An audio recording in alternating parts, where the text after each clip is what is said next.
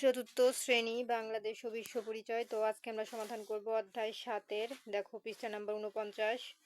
তারপরে মানে পুরো অধ্যায় 7-এ যতগুলো ঘর আছে সবগুলো ঘর সমাধান করব। 51 পৃষ্ঠা সমাধান করব, তারপরে 52 পৃষ্ঠা সমাধান করব এবং 53 পৃষ্ঠার এইগুলো সমাধান করব।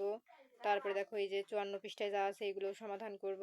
তারপরে দেখো এই যে আমাদের এখানে 56 পৃষ্ঠাটাও সমাধান করব, 57 পৃষ্ঠার এগুলো সমাধান করব। ঠিক আছে, তো 58 পৃষ্ঠায় প্রশ্নের ভিডিও দেখার জন্য অবশ্যই সাবস্ক্রাইব মাই চ্যানেল। আজকে আর শুধুমাত্র আমি আজকে 7 অধ্যায়ের এই ঘরগুলো সমাধান করব। ঠিক আছে, তো চলো আমরা ভিডিওটি শুরু করি এবং বলে রাখি চ্যানেলটি সাবস্ক্রাইব করে দিতে, কারণ সাবস্ক্রাইব করলে আমি ভিডিও আপলোড করলে অটোমেটিক তোমাদের ফোনে ভিডিওগুলো পৌঁছে যাবে। তো দেখো এখানে আমাদের কি লেখা আছে। এই দেখো এশিয়ার ভৌগোলিক বৈচিত্র্য। এই যে দেখো এখানে একটা মানচিত্র আমাদের দেওয়া আছে, আমরা দেখে নিলাম। এখন দেখো ক নাম্বারে আমাদের বলেছে যে মানচিত্রটি দেখে নিচের প্রশ্নগুলোর উত্তর লিখি। মানে উপরের এই মানচিত্রটি আমরা দেখবো, দেখার পরে নিচের এইগুলোর উত্তর দিব। যেমন এখানে বলেছে 1 নম্বরে যে মানচিত্রে কয়টি মহাদেশ আছে, সেখানে আমরা এই উত্তরটা এখানে লিখবো। এবং 2 নম্বরে বলেছে মানচিত্রের বৃহত্তম মহাদেশ চিহ্নিত করিও নাম লিখি, সেগুলো উত্তর আমরা এখানে লিখবো। চলো উত্তরটি দেখে নিই। তো এই যে দেখো আমাদের 1 নম্বর প্রশ্ন আর উত্তর হবে মানচিত্রে 7টি মহাদেশ আছে। এই ছিল আমাদের 2 নম্বর প্রশ্ন আর উত্তর হবে এশিয়া মহাদেশ। ঠিক আছে, তো দেখো আমাদের এই 49 পৃষ্ঠা কমপ্লিট। তারপরে আমরা চলে যাব পরবর্তী পেজের সমাধানে। দেখো পরবর্তীতে আমাদের 51 পৃষ্ঠায় বলেছে, দেখো খ নম্বরে যে উপরের অনুচ্ছেদটুকু পড়ে নিচের ছক অনুযায়ী এশিয়ার ভৌগোলিক বৈচিত্র্যগুলোর নাম লিখি। তো এখানে পর্বতমালার নাম লিখবো, আর এখানে বনভূমির নাম লিখবে, এখানে নদ নদীর, আর এখানে মরুভূমির। তো আমাদের উপরের এইগুলো দেখতে বলেছে, তো আমরা দেখে নিয়েছি রিডিংগুলো। এখন চলো আমরা উত্তরটি দেখে নিই। তো এই যে দেখো আমাদের উত্তর পর্বতমালায় হবে হিমালয় পর্বতমালা, হিন্দুকুশ পর্বতমালা, তারপরে হবে কুনলুন পর্বতমালা, আর এখানে বনভূমি, এখানে হবে সুন্দরবন।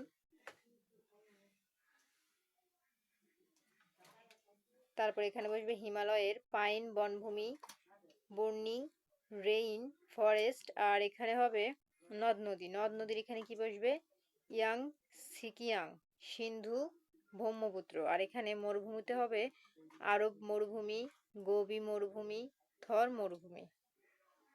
তো দেখো আমাদের এই 51 পৃষ্ঠা উত্তর কমপ্লিট। তো 51 পৃষ্ঠার পরে আমরা চলে যাব গ নাম্বারে। দেখো গ নাম্বারে আমাদের এখানে লেখা আছে যে নিম্নের উল্লেখিত ভৌগোলিক উপাদানগুলো এশিয়ার কোন অঞ্চলে অবস্থিত ও কেন বিখ্যাত তা নিচে ছকে লিখি। যেমন ভৌগোলিক উপাদানের নামগুলো আমাদের এখানে দেওয়া আছে, আর এখানে এশিয়ার কোন অঞ্চলে অবস্থিত, মানে এই ইয়াং সিকিয়াং কোন অঞ্চলে অবস্থিত এবং কেন বিখ্যাত এটা।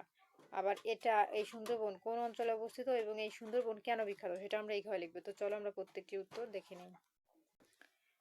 এই যে দেখো আমাদের উত্তর ইয়াং সিকিয়াং এশিয়ার কোন অঞ্চলে অবস্থিত? পূর্ব এশিয়ার চীনে অবস্থিত। কেন বিখ্যাত? এশিয়ার বৃহত্তম ও দীর্ঘতম নদী। তারপর সুন্দরবন দক্ষিণ এশিয়ায় অবস্থিত। পৃথিবীর বিখ্যাত ম্যানগ্রোভ বন। হিমালয় দক্ষিণ এশিয়ায় অবস্থিত। পৃথিবীর সর্বোচ্চ পর্বতশৃঙ্গ মাউন্ট এভারেস্ট হিমালয় পর্বতমালা। আরব মরুভূমি পশ্চিম এশিয়ায় অবস্থিত। আর কেন বিখ্যাত? এশিয়ার বৃহত্তম মরুভূমি। ব্রহ্মপুত্র দক্ষিণ এশিয়ায় অবস্থিত। কেন বিখ্যাত? দক্ষিণ এশিয়ার দীর্ঘতম নদী। বনিং বেইন ফরেস্ট দক্ষিণ পূর্ব এশিয়ায় অবস্থিত। আর কেন বিখ্যাত? দক্ষিণ পূর্ব এশিয়ার পরিচয় বহন করে। তো দেখো আমাদের এই গ নাম্বারের উত্তর কমপ্লিট। তো গ নাম্বারের পরে এখন আমরা চলে যাব ঘ নাম্বারে। দেখো ঘ নাম্বারে আমাদের এখানে কি বলেছে যে নিচের মানচিত্রে মানে 1 থেকে এশিয়ার বিখ্যাত নদী ইয়াং সিকিয়াং ও ব্রহ্মপুত্র কোন কোন দেশের উপর দিয়ে প্রভাবিত হয়েছে, ও মানচিত্র 2 এর এশিয়া বিখ্যাত পর্বতমালাসমূহ কোন কোন দেশে অবস্থিত তা লিখি। তো এই যেটা আমাদের দেখতে হবে। ঠিক আছে, এই যে মানচিত্র 1। তো এই যে দেখো এখানে নদ নদী ব্রহ্মপুত্র ইয়াংসি ইয়ার, তো এটা কোন কোন দেশে প্রভাবিত, চলো আমরা তো দেখে নেই। এই যে দেখো আমাদের উত্তর ব্রহ্মপুত্র কোন দেশে অবস্থিত? এই যে ব্রহ্মপুত্র নদ চীন তিব্বত ভারত ও বাংলাদেশের মধ্য দিয়ে প্রভাবিত হয়েছে। আর ইয়াং সিকিয়াং নদী শুধু চীনের মধ্য দিয়েই প্রভাবিত হয়েছে। তো আমাদের এটার উত্তর কমপ্লিট। এখন এটার পর আমরা চলে যাব পরবর্তীতে। দেখো মানচিত্র 2 এই যে আমাদের ছবি দেওয়া।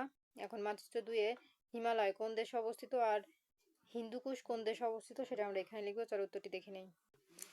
এই যে দেখো আমাদের হিমালয় হবে পাকিস্তান ভারত নেপাল ভুটান ও চীন। ঠিক আছে, আর হিন্দুকুশ হবে পাকিস্তান ও আফগানিস্তান। 53 পৃষ্ঠা কমপ্লিট আমাদের। এখন চলে যাব পরবর্তীতে। দেখো এখানে এশিয়ার সাংস্কৃতিক বৈশিষ্ট্য আছে। এটা হচ্ছে জাপানের পোশাক, জাপানের পোশাক, ইন্দোনেশিয়ার পোশাক, ইরাকের পোশাক এবং ভারতের পোশাক, ঠিক আছে।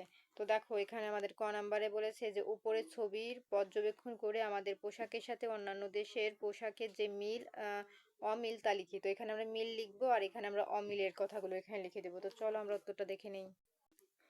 এই যে দেখো আমাদের প্রশ্নটা ছিল এবং দেখো এই যে আমরা মিল, আগে মিলগুলো লিখবো তারপরে পরবর্তীতে আমরা অমিল দেখাবো। তো মিল কোনগুলো দেখো, মিল এখানে দেখো লেখা আছে যে যেগুলো প্রায় একই রকম। এই যে ভারতের পোশাকের সাথে মিল, ভারতের পোশাক যেমন শাড়ি, ধুতি ও পাঞ্জাবি এগুলো দেখতে আমাদের বাংলাদেশের পোশাকের মতোই।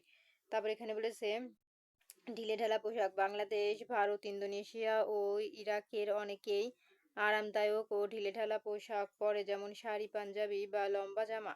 তারপরে মাথা ঢাকা, ইরাক ও ইরাক এবং ভারতে কিছু ক্ষেত্রে মেয়েদের মাথা ঢাকার চল আছে। আমাদের দেশেও এই যে আমাদের দেশেরও ওড়না বা হিজাব দিয়ে অনেকে মাথা ঢাকে। এখন আমরা অমিলগুলো দেখবো, চলো। তো এই যে দেখো অমিলগুলো তোমরা যেগুলো লিখে দিবা, যেমন জাপানের পোশাক, জাপানের তোমরা এত বড় করে লেখার দরকার নেই, 2-3টা পয়েন্ট দিয়ে দিলেই হয়ে যাবে।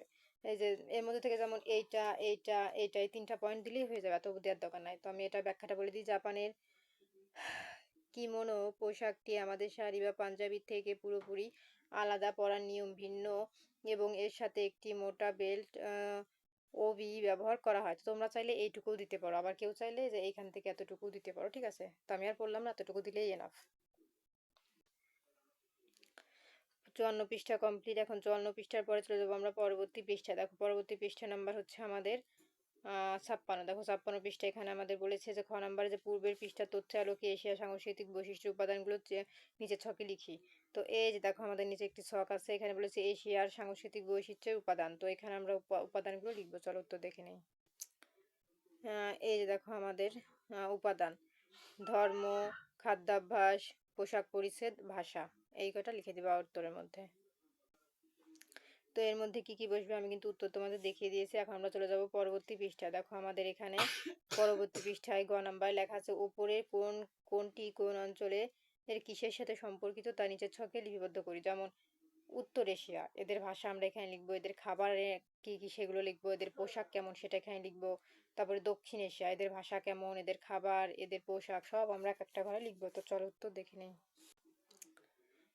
এই যে দেখো উত্তর এশিয়া, এদের ভাষা হবে রুশ আর খাবার হবে বুলিয়ান পেলমেনি আর পোশাক হবে খুবই বুরিয়াট ও টার্কমেন। দক্ষিণ এশিয়া, ভাষা হবে হিন্দি, বাংলা, উর্দু, পশতু আর খাবার হবে ভাত, রুটি, মাংস। পোশাক হবে ধুতি, পাঞ্জাবি, শেরওয়ানি। পশ্চিম এশিয়া, ভাষা হবে আরবি আর খাবার হবে খেজুর, মাছ, বুশ আর পোশাক হবে আবায়া, বিশদ। আর পূর্ব এশিয়া, ভাষা হবে ম্যান্ডারিন ও জাপানিজ আর খাবার হবে চুশি, চাউমিন আর পোশাক হবে কিমোনো। দক্ষিণ পূর্ব এশিয়া, ভাষা হবে বাহাসা আর খাবার হবে নাসি গরিং আর পোশাক হবে সারং, চক্রি। আর মধ্য এশিয়া, ভাষা হবে রাশিয়ান আর খাবার হবে রুটি, নুডলস, মাংস আর পোশাক হবে টিউনিক, শিরোয়াল। তো এই ছিল কিন্তু আমাদের সমাধান। তো গ নাম্বার কমপ্লিট। এখন চলে যাবো আমরা ঘ নাম্বারে। বলেছে শ্রেণীকক্ষে অভিবাদনের ধরনগুলো কোন দেশ বা কোন অঞ্চলের তা চিহ্নিত করে ভূমিকা অভিনয় করি। তো এটা একটা অভিনয় করতে বলেছে আমাদের, আর কিছুই না। তো তোমরা তোমাদের শ্রেণীকক্ষে মানে অভিবাদনের দিকগুলো কোন দেশ বা কোন অঞ্চল, এটা একটা অভিনয় করার কথা বলেছে। এটা কোনো প্রশ্নও না, উত্তর নাই। তো পরবর্তীতে এই প্রশ্নের সমাধান দেখার জন্য অবশ্যই সাবস্ক্রাইব মাই চ্যানেল।